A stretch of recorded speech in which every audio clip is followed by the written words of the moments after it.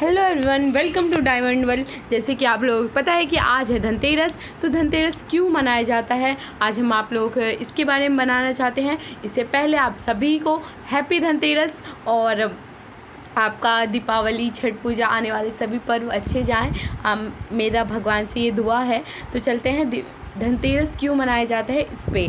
तो धनतेरस जो है एक बहुत ही दीपावली से 2 दिन पहले बनने वाली बहुत ही अच्छी त्यौहार है। यहाँ पे कुछ साफ़ सफाई हो जाती है, उसकी खुशी में दीपक सब जलाए जाते हैं और लक्ष्मी जी धनतेरस दिन से ही घर में वासना लेने लगती है।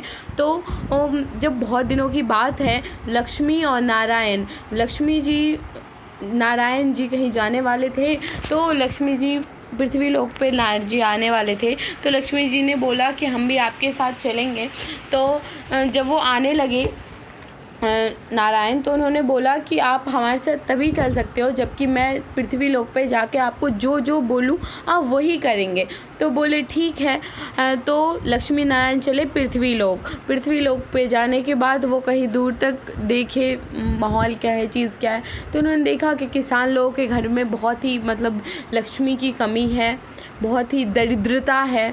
तो फिर भगवान नारायण लक्ष्मी जी थक गए और सोचने लगे कि अरे ये तो कहीं रुक ही नहीं रहे हैं। तो भगवान ने उनकी मन की बात समझ ली और उनको एक पीपल के पेड़ के नीचे बोला, आप बैठो, विश्राम करो, मैं थोड़ा दक्षिण दिशा की ओर जाके आता हूँ।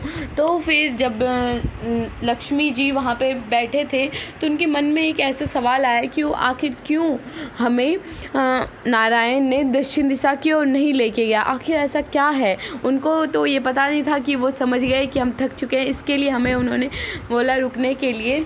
तो वो सोचे कि आखिर ऐसा क्या है, मैं भी जाना चाहती हूँ दक्षिण दिशा की ओर। तो वो दक्षिण दिशा की ओर बढ़ने लगे।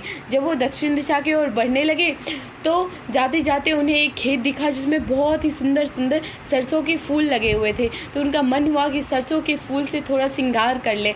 तो वह श्रृंगार करने लगे। फिर कुछ समय बाद उनको याद आया, अरे विष्णु भगवान तो बहुत दूर चले गए होंगे।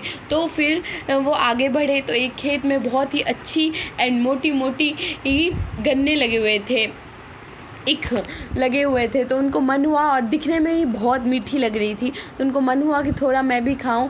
तो फिर वहाँ पे वो खाने लगे। और जब वो वहाँ पे खाने लगे तो वहाँ पे आ गए विष्णु भगवान।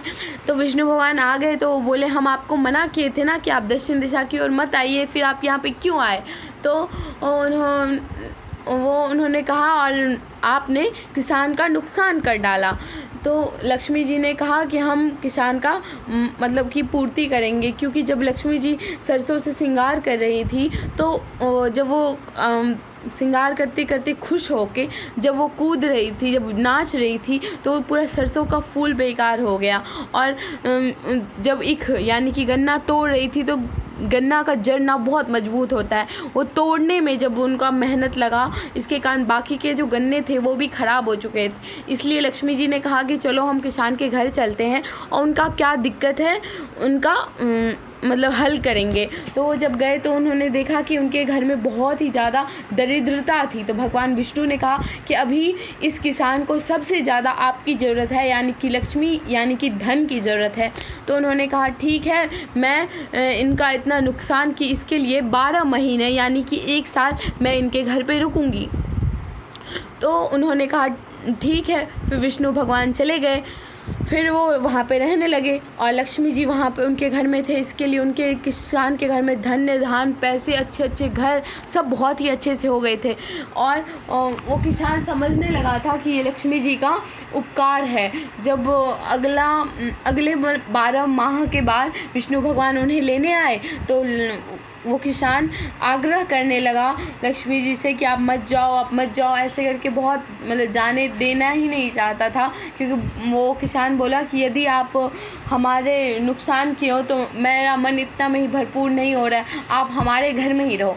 तो माता लक्ष्मी ने कहा कि धनतेरस दिन, कार्तिक के 13 दिवस में मतलब एकादशी, द्वादशी, उसके बाद जो त्रयोदशी आती है, उस दिवस में मेरा साफ़ सफाई लिपा पोती करके शाम के समय एक घी का दिया जला के और पैसों से भरा हुआ एक तांबे का कलश जो हमारे पूजा घर में और हमारे फ़ोटो के आगे में रखेगा, और जो कलश हमारे पूजा घर में, अपने पूजा घर में और हमारे फ़ोटो के सामने रखेगा, उसके घर में मैं साल भर विराजमान रहूँगी और उनके घर में धन्य धान्य से भरपूर रहेगा।